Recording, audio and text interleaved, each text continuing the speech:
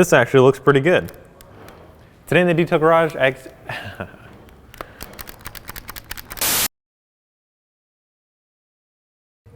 this actually looks pretty good.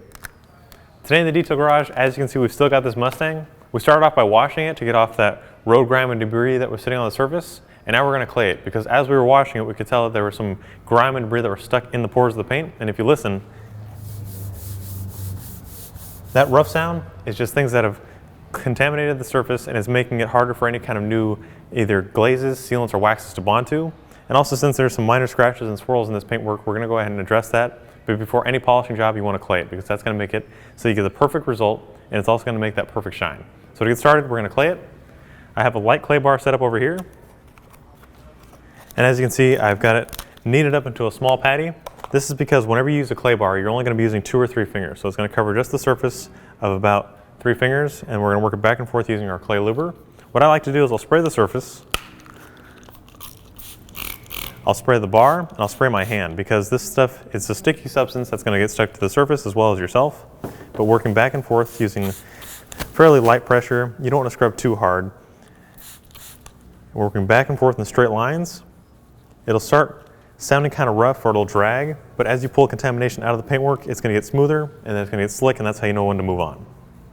Now the great thing about clay is you can use it on paintwork, you can use it on glass, plastic. As you can see, this car has a 2-tone paint job. This is actually a vinyl wrap. In areas like up here on the windshield, you can see this black line. When you drive, dirt and contamination flies up on the windshield and then it gets stuck on this ridge here. So even using a clay bar, spray it on the surface, spray it on the clay, and then work back and forth, and it pulls off any kind of grime, debris, anything to give you back that perfect shine. So you can see that claying the vinyl stripes, this is going to help promote longevity to the vinyl, because things that are embedding themselves in the vinyl can actually deteriorate it and cause cracking or fading. So I'm going to continue this process over the rest of this vehicle, then we can get into the polishing steps.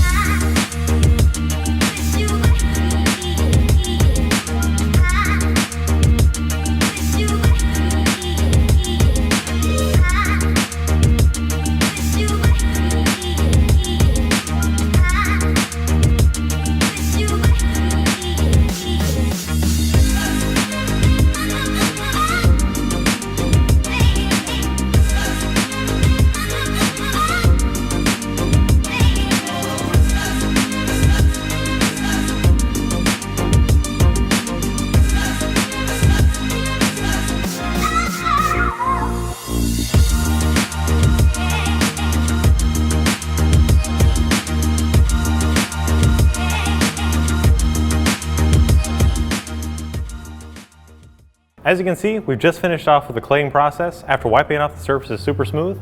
I'll give you just a little test. All the contamination has been pulled out of the surface. Now it's super slick, now it's ready to be polished. And also I taped off the stripes because in the previous video I mentioned that this is a vinyl striping between the paint job. And since I didn't apply the stripes and I don't know how well the quality of the stripes are, I don't want to pull that off or cause any kind of fading or discoloration of the stripes. So by taping it, it's just a precaution so that it doesn't rip off or any kind of staining. So now we're going to move on to the polishing process. Over here I have our TORQ X and a white pad.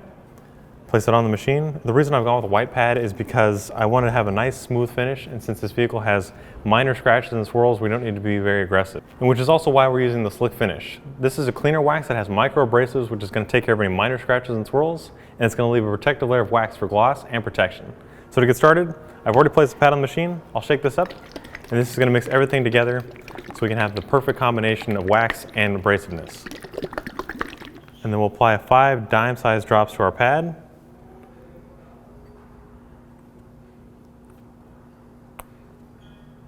And then also spray the pad with pad conditioner.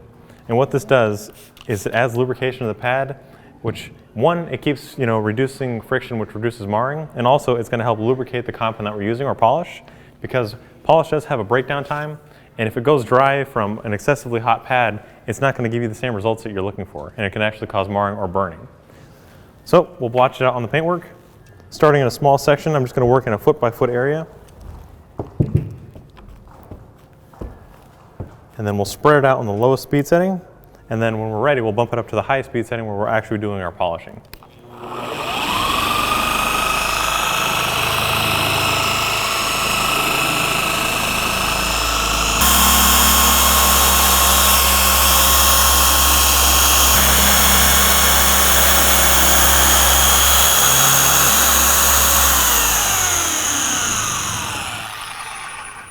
So once your polish has gone clear, then you want to take a clean microfiber towel and just buff off the excess. Just working back and forth in straight lines. This is going to prevent adding any swirls to your freshly polished paint job. Just check that out. Beautiful metallic shine. And I'm going to repeat this process to the rest of this vehicle to get the perfect shine.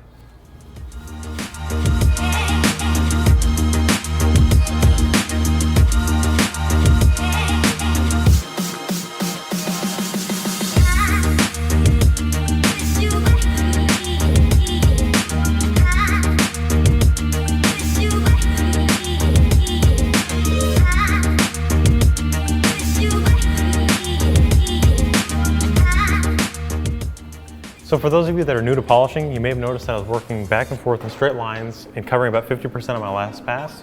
This is to get a uniform shine, and it's also going to remove any kind of scratch on the swirls to give you that ultimate reflective gloss. Also, something that a lot of new guys do, or newcomers to polishing, is when you're using a rotary or a dual action, is you kind of hustle because you want to get the most shine and the best results, but you got to be patient when it comes to paint correction, because if you think about it, you're pulling off very fine layers of paint, and if you do too fast, you're going to burn it, or it's going to mar or cause holograms. So when it comes to polishing, just take your time, get the ultimate shine back. Now, one last thing that we're going to do is in between the stripes here, we're going to hand polish it, because a lot of you guys ask for how do you hand polish or what's the right products to use. So using our microfiber applicator and some slick finish, we're going to get in between the small intricate areas to give this car the ultimate shine.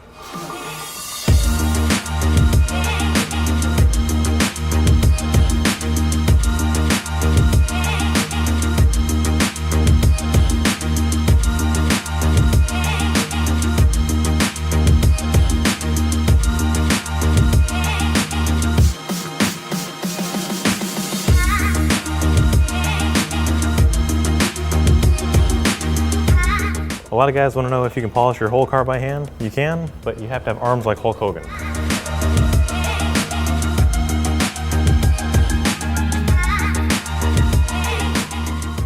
That thing looks good. Well guys, we're wrapping up the week-long Mustang detail. We started off by washing it, and then today we clayed it to get rid of any of those embedded impurities, and then polishing with slick finish gave it that ultimate shine and protection. So stay tuned for when we bring it back in the detail garage. We're going to seal it and wax it to give it more shine and more protection. Also, don't forget to like and subscribe to this video just so you can see more of our top detailing tips and tricks. And also, if you have any comments or anything that you want to see in our videos, go ahead and drop a comment below. So, if you want to learn more about these products, check it out on our website, chemicalguys.com. We'll see you guys next time right here in the detail garage.